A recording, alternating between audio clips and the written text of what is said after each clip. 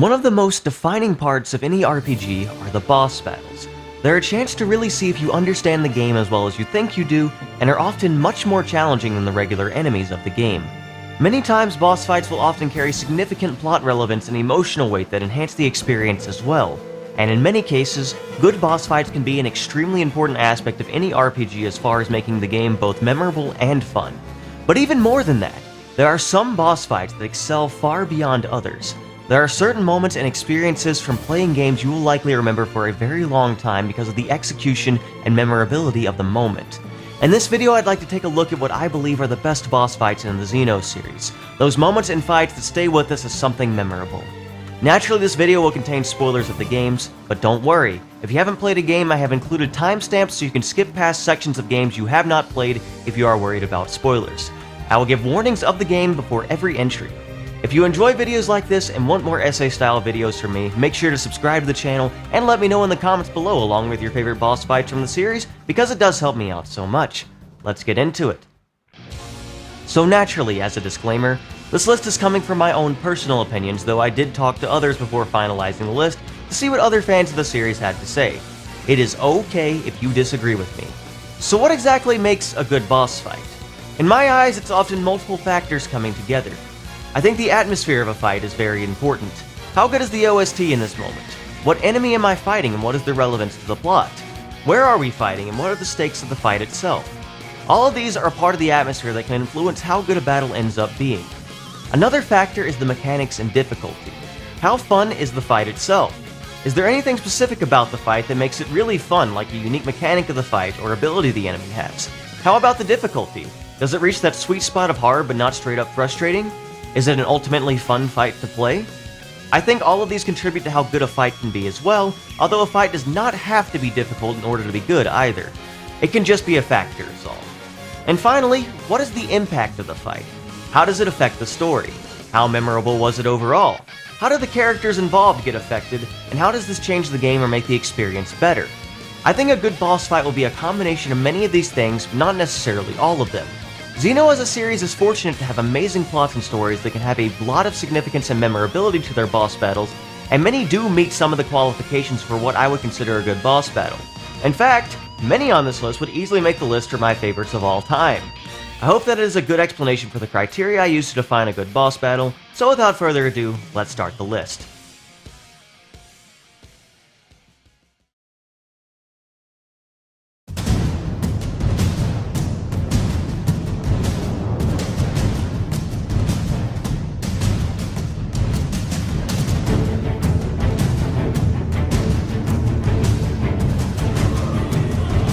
Number 10. The Telethia from Xenoblade Chronicles X. Truth be told, I was hesitant to include this one on the list since it's technically not a story boss enemy, but at the same time it still has story significance and is very relevant to the lore of Mira as a whole. Telethia were initially introduced as enemies in the first Xenoblade game as mind-reading guardians of the Bionis. There is only one Telethia in Xenoblade X, and it is much, much larger and more threatening than any Telethia we saw in the first game, and it serves as the guardian of the planet of Mira. It gets introduced about halfway through the story just manhandling enemies that Team Elmo was having trouble with, both saving your team and taunting you in the process. It's one of the most memorable moments in the entire game. Eventually you get the Skell Flight module and finally get to travel up to the edge of Noctilum to the Divine Roost where it calls its home. High up in the sky you'll see a level 99 monster, Telethia the Endbringer. If that's not a threatening moniker, I'm not sure what is. It's worth quickly mentioning that the level cap in Xenoblade X is only 60, so at best, this monster will still be 39 levels higher than you. During X, an Infinity mission will force you to survive against it to obtain a skill. Another quest will have an optional path to defeat it, and if you want to 100% survey the land of Mira, you will have to defeat it eventually. Telethia is the game's ultimate super boss and a rite of passage for Xenoblade X players as it requires a ton of preparation and understanding of the game in order to take down. The fight itself can be very build dependent, but even still, you're likely to remember it for a very long time and always remember how menacing and epic of a challenge it was. 3 phases, all different, with the final phase having a huge soul read buff so you have to get through in order to win. In a way, it is the true final boss for your adventures in Mira, and your first time beating it is sure to be an incredible moment. Well, unless you get broken enough to one-shot it, since Xenoblade X is just a little bit unbalanced.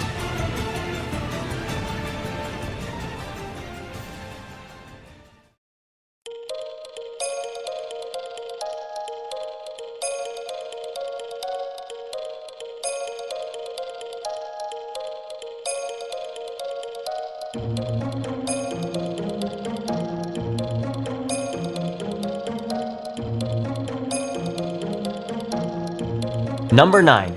Deus and Ouroboros from Xenogears. For all intents and purposes, this is essentially a two-phase fight, which is why they're together.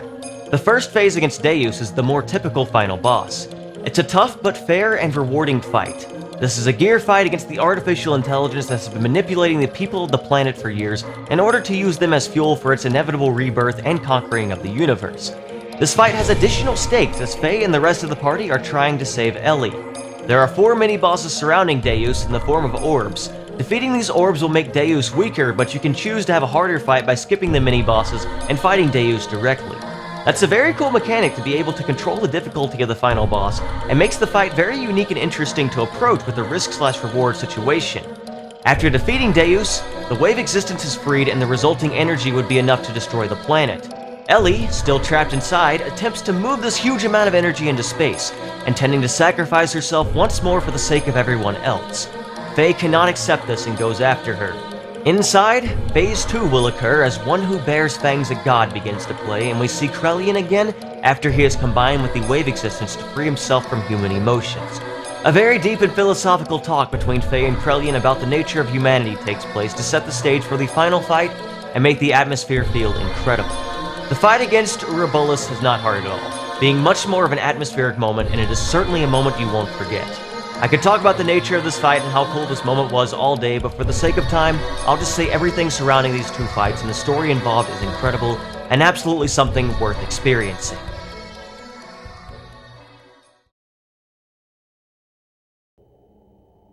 So then you're serious about this? Yes, that's right. I've decided that I'm gonna go with him. Don't interfere anymore. I understand. Jin, stop! No matter what happens, I intend to do what I must to save our world. Make sure your decision reflects that. Number 8. Xion and Kevin from Xenosaga 3. It's not super often you'll be forced to fight the protagonist of the game in a boss fight, and usually if you do, it's not in the same kind of heartbreaking situation. In a critical moment for Xion's character, she is convinced by her gaslighting and manipulative ex-boyfriend that only he can save her from everything to come, and Xion, with all of her trauma and inability to really let herself get close to anyone else, tricks herself into believing that going with Kevin is the only way to make her happy. Despite the pleading of her brother and her friends, she is convinced to stay, and it culminates in one of the saddest fights in the series. It is certainly not a moment you'll forget when playing Xenosaga 3, and despite the fight itself not being that difficult, the emotional impact and story significance of it cannot be understated. These are the type of moments that truly cement Kevin as the most hateable antagonist in the series, and the realism of his character is almost terrifying. Xion defending him and trying to see the good in him is equally heartbreaking. Once this section of the fight concludes, Alan and Cosmos are able to reach through to Xion and make her realize she doesn't need Kevin to be happy, and her friends love and accept her despite her trying to push them away. Kevin, in a fit of rage, powers up and you fight him solo afterwards, and you get to beat the crap out of Xion's abusive ex in a much harder phase 2. You'll need to have a good understanding of the Xenosaga 3 combat system to be able to defeat this jerk.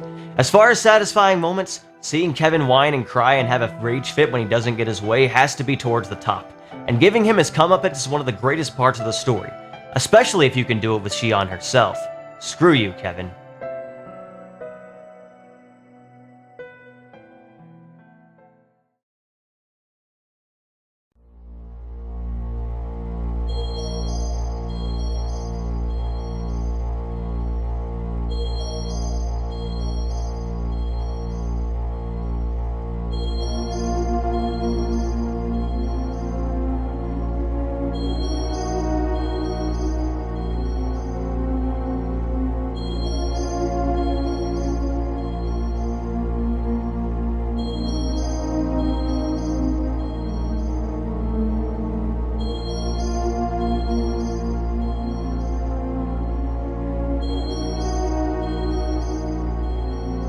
Number 7. Unknown Enemy, id, from Xenogears. When it comes to atmosphere, Xenogears truly has some great fights, even if mechanically the system hasn't aged the greatest. There's not too many forced losses in the Xeno series, but I doubt anyone will ever forget the utter helplessness and awe as a red mech does damage cap to you twice in a row in a completely unwinnable fight. It perfectly sets up this extremely powerful and overwhelming force, and the next time you meet this enemy, you finally learn the name of this foe, id. Just before, you were chasing after Stone, but everything gets interrupted as the one who was torn apart begins to play, and the atmosphere completely changes. Up next will be one of the more difficult fights in the game, but also one of the coolest. The music, the atmosphere, what id represents all comes together at that moment to make it one of the most memorable experiences in the game. It's not often you'll be missing your main character for moments like this, especially after his mech seemingly disappears. This is a moment that changes the story and understanding of the game up until this point, and the fight itself does not disappoint either. It's just as difficult as it needs to be and just as epic as it needs to be. When the fight is over, you still haven't won. You just get the chance to escape before you get crushed. The mystery of id has only just begun and will continue to be revealed as the game continues. It's certainly my favorite fight in Xenogears, and easily one of the most memorable moments.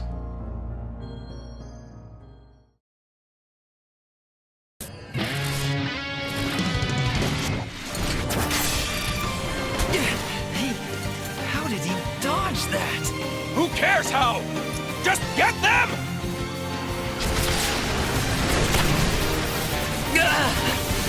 Piece of cake. You little... There's no way. There's no way to break their link. I don't think we're gonna beat them. This is it. The true power of the Aegis takes me back. I've waited so long to see it again. Mithra, welcome back! Number 6. Malos and Akos from Xenoblade 2. I have a bit of a love-hate relationship with this fight simply because the first phase is probably the hardest fight in the speedrun. It's a tough fight casually too, but try being underleveled and doing this fight and they can really troll you hard. Difficulty isn't bad though, and in a way I do appreciate it being the hardest fight in the game up to this point because from a story perspective, it needed to be that difficult to establish the hopelessness of the situation. This is a hard fight and you'll need to understand Xenoblade 2 in order to get through the first phase. After which, a cutscene will play where it's established you clearly have no chance and need to get the heck out of there. Rex's mentor, Vandam, attempts to make this happen by sacrificing himself, but Rex feels powerless and angry that he couldn't stop it from happening, so he blindly charges ahead again to what seems to be his certain death. When all hope seems lost, Pyra calls out and begins to glow. The hype immediately begins as we see one of those mechs Xeno was known for wake up, as Pyra transforms into a new form called Mithra. What an amazing introduction to a character this cutscene is. Mithra instantly turns the fight around as Malos gushes about the true power of the Aegis he had been waiting so long to see again. Foreshadowing begins to make sense, like Pyra's flames hiding something deeper and the blonde Aegis in the play Cole was producing. We even get the callback to Visions as Foresight is introduced as a concept with counterattack playing in the background as we turn the fight around. Phase 2 of the fight begins and we get to hear You Will Recall Our Names for the first time as Mithra goes absolutely ham. She is super buffed for this fight specifically, having immunity to all debuffs, 5 times her accuracy and evasion, and 50% more ether damage as she'll make short work of the second phase to further showcase and hype up her power. It is extremely well executed both in the story and in gameplay, and makes this fight extremely memorable for being the proper introduction to Mithra. It is one of my most memorable moments in Xenoblade 2, and easily a fight worthy of this list.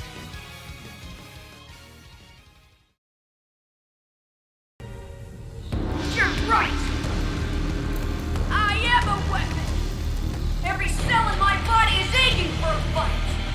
They long to collide with their anti-existence. I've probably wanted to fight from the moment we were born! We think alike, Rubido. I feel exactly the same way. Right now, I'd like to rip you to shreds! Bring it on! I'm gonna rip you right out of here and drag you back to Randall!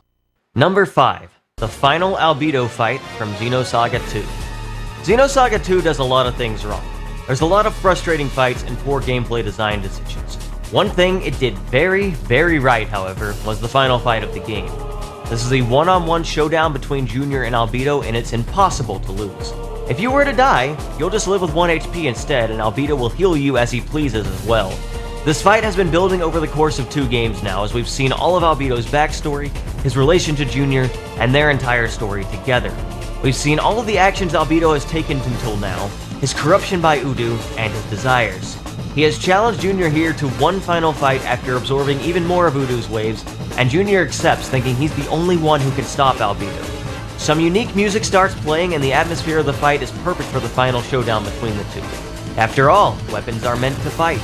The fight itself, Albedo will rarely attack, mostly just choosing to taunt and provoke Junior with more lines of dialogue. It helps add to the atmosphere perfectly and is certainly in character for who Albedo is. Albedo will continue to do this up until the moment he's finally defeated, when you learn Albedo knew this would happen the entire time, and did this so he could finally be free from the burden of immortality and the corruption of Udo. It's a very emotional moment as the brothers say goodbye as Junior realizes what actually happened, and Albedo, possibly the best written antagonist in the series, finally gets the death he wants. It is an incredible moment, and despite all of Xenosaga 2's flaws, the ending is certainly not one of them. This is easily the best fight in Xenosaga 2, and pretty much everything surrounding Junior and Albedo was fantastic writing, and this was a very, very satisfying conclusion to that.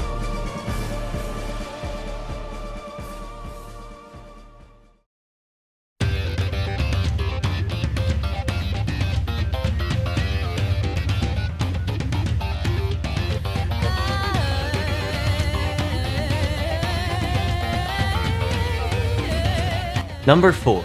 Zu Farg from Xenoblade Chronicles X. Now, as far as story significance or impact or anything like that, it doesn't really have much. The Xenoblade X plot suffers a lot, and the reason for Zu Farg's existence doesn't really make that much sense. The fight itself, though? Easily the best fight in the game. Probably the part of the game I remember the most from my initial playthrough of Xenoblade X in 2015 is running across the entire continent of Sylvalum on foot, fighting a giant warship while one of the most incredible songs plays in the background. It cannot be understated how cool this fight is.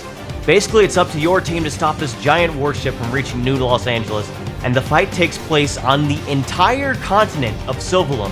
It feels like the stakes are pretty high based on that, and the actual mechanics of the fight spanning across the entire continent is one of the absolute coolest things ever. The first phase doesn't seem all that special, as you'll likely be in your skells, and it's stationary.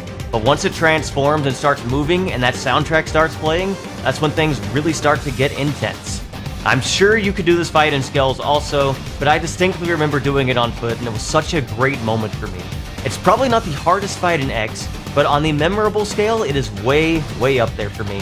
Honestly, if the story significance of it was higher, it could have easily topped the list, because the fight itself really is just that cool. Defeating a giant warship on foot is pretty dang cool too, especially in those days when Overdrive wasn't as well understood, so it took far, far longer and you actually got to hear the cool OST.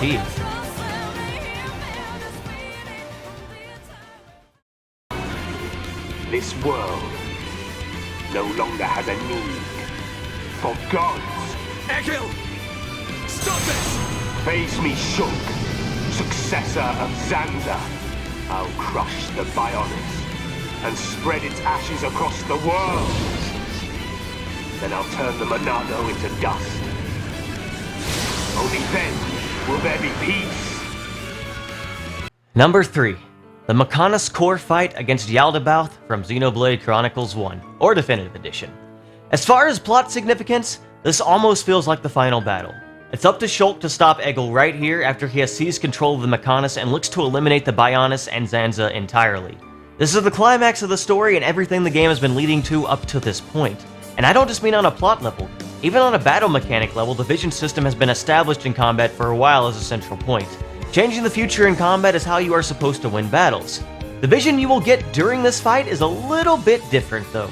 I think one of the most defining moments of Xenoblade Chronicles 1 is getting the vision for Bionis/10 and seeing the infinite damage as the Mechonis is set to cleave straight through the Bionis in just 120 seconds. It perfectly sets the stakes of the fight and gives it a level of tension and hype not seen in any fight in the game up until this point. To stop this vision, you must destroy the 3 energy devices surrounding Yaldabaoth. You cannot win the fight without doing this either, and doing so will daze Yaldabaoth so you can finish him off. It truly does feel like a final boss fake-out, and the entire atmosphere of the fight is absolutely perfectly done. The future is in your hands in the climactic fight against Egil.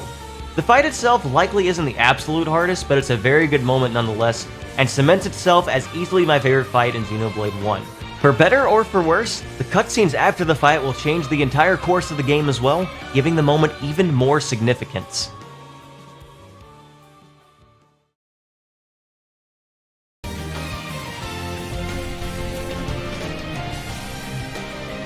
Oh, you summoned Siren. Then let me add to the mix too.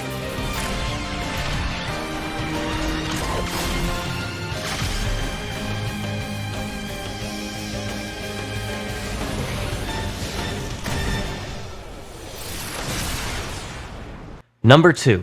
The final Malos fight in Torna, the Golden Country. A huge point of lore in Xenoblade 2 is the Aegis War and its fallout. Torna allowed you to finally experience what happened 500 years ago, and this fight is the final climactic fight that you've heard so much about for an entire game, and everything Torna itself has been leading to. The decisive battle between Mithra and Malos begins here, and right off the bat, you get a very interesting and new combat mechanic that replaces the typical chain attacks with a siren meter you can use to attack when it's filled up. The trade-off is Malos also gets one of these that he can use to attack with, and if he gets to attack before you, it'll remove and seal your party meter for a bit. You have to attack 4 times in order to gain access to chain attacks again, and weaken Malos enough to get the additional damage against Malos you'll likely need to push through. He has by far the most health of any enemy in Torna, and you'll need a good understanding of the battle system to get through this fight. It is an extremely cool fight for the siren mechanics, and the fact his huge health bar makes it feel like a very climactic and epic final boss.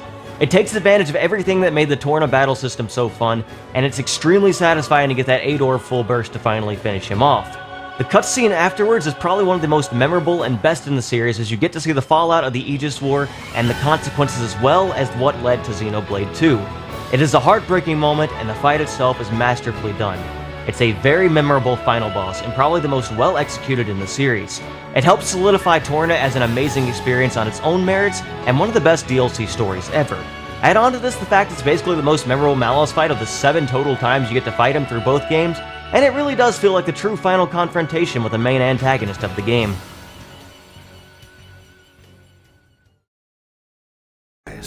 Why do you still fight us if you know that? Even a fool has his pride. But after being betrayed and rejected by all I've believed in, there is still one thing left for me. You, Uzuki. My showdown with you is the only thing that will not betray me. You didn't think that I would run? There's no chance of that. Jin Uzuki. As a warrior, and as a man, I will leave my mark upon the world! Number 1. E.S. Levi from Xenosaga 3, also known as the final Margulis fight.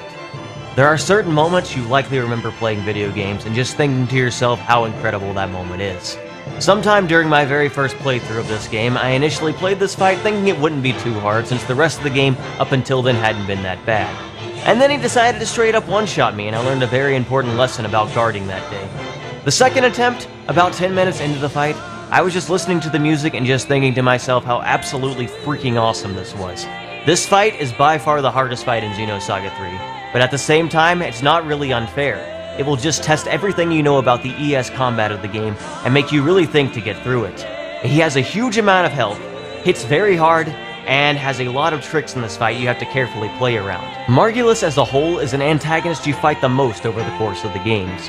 Once in the first game as a very difficult fight that's optional to win, which already hypes him up as an antagonist, twice in the second game where his rivalry as a sword fighter with Jin is established, and finally twice in this game with this fight being the final showdown. The impact and atmosphere of this fight is perfect. Margulis has just learned everything he's believed in his entire life is a lie. He essentially has nothing left. But he chooses to stand in our way at the end anyway because the one thing in his life that won't betray him is his showdown with Jin Uzuki. This fight is a very fitting swan song and added some amazing character depth to Margulis, who became probably my second favorite antagonist in Xenosaga from this moment alone. The battle itself has both Jin and Margulis cut into talking to each other mid-fight as the battle continues, further adding to the amazing atmosphere. The OST here is absolutely perfect, easily being my favorite fight theme in the entire series, and the fight itself may take you longer than 15 minutes, but it'll be a great fight the entire time.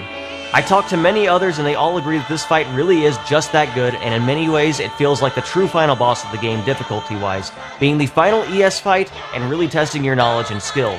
Upon being defeated, Margulis has a sense of satisfaction as he decides to go out on his own terms, only his sword remaining at the conclusion of the battle.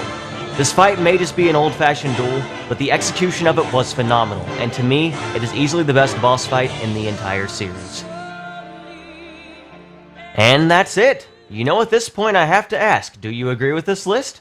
Are there any boss fights you'd have on here instead? And what are your favorite boss fights in the series? Please let me know in the comments below, along with letting me know if you'd like to see a list of the worst boss fights also.